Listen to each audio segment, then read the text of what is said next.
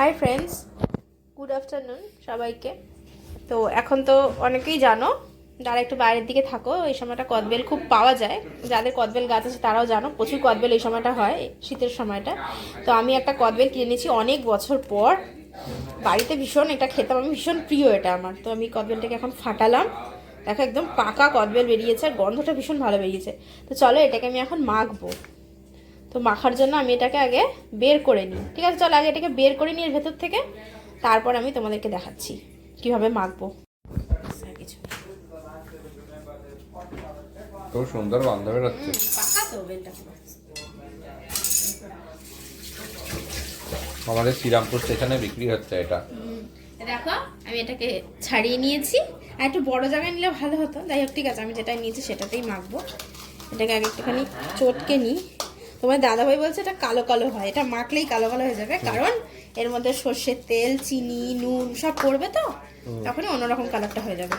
লঙ্কার গুঁড়ো, হ্যাঁ লঙ্কার গুঁড়ো বা কাঁচা লঙ্কা দেওয়া যায়, আমি ভাবছি কাঁচা লঙ্কাই দেবো।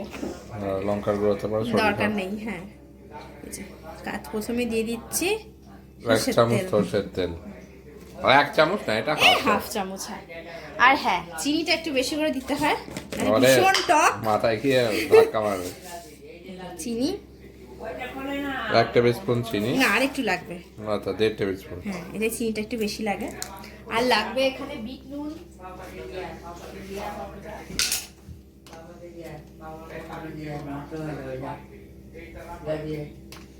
এইগুলোকে আমি এবার মেখে নিই।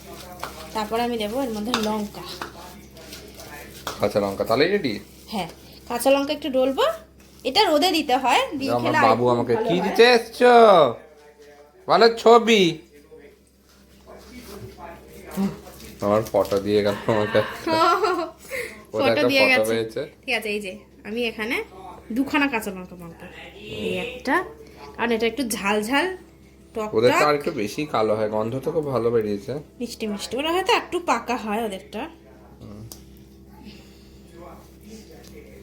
হ্যাঁ, শুকনো লঙ্কার গুঁড়ো না খাওয়াই শরীরের জন্য 100% ভালো। আমি রাস্তায় দেয় এরা লঙ্কা, শুকনো লঙ্কা, কিন্তু আমি বাড়িতে পাচ্ছি, তো ওই রকম দেবো না আমি, অত উল্টো পাল্টা। কাঁচা লঙ্কা দিয়ে খাবো, আর কাঁচা লঙ্কা দিয়ে না একটা সুন্দর একটা গন্ধ বেরোয়। আর কিছু দেওয়ার আছে না, এইটাই আমাদের কদবেল মাখা। এইটা রোদে দিলে আর একটু সুন্দর হবে। রোদ দিলে কি হবে, এটা মজবে। মজে যাবে, দেবে নাকি রোদে? রোদে কোথায় দেবো, রোদ চলে গেছে। একটু সকালে মাখলে রোদে। আর হ্যাঁ, এর মধ্যে দিতে হয় একটু কুচনো ধনেপাতা, তাতে আরোই ভালো হয়। আছে আছে, বাট কুচোতে হবে। কোথাও কুচিয়ে দাও, এটা মেখে না দোকানে। ওহ, যা খেতে হয়েছে না, আমি একটু টেস্ট করলাম, দুর্ধর্ষ খেতে হয়েছে, দারুণ দিয়েছে বেলটা, দারুণ বেল। 20 টাকা নিয়েছে। ফাটানোটা দেখাওনি না?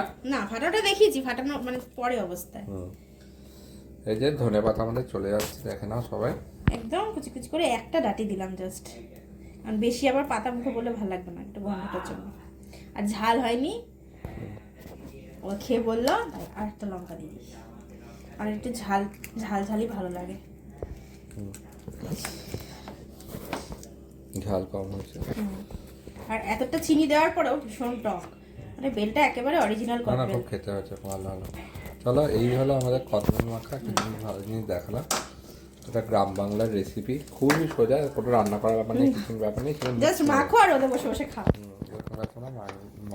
বানিয়ে না কদবেল মাখা। আমি বললামই প্রথমে, স্পেশালি শীতেই এটা বেশি পাওয়া যায়, আর শীতেই লোকে এটা খায় বেশি। লাইক কমেন্ট শেয়ার করো, সাবস্ক্রাইব করো আমাদের চ্যানেল। তোমরা যারা নতুন নতুন বন্ধু হবে আমাদের, আমরাও তাদের পাশে থাকবো। সবাই খুব খুব ভালো থাকো, টাটা।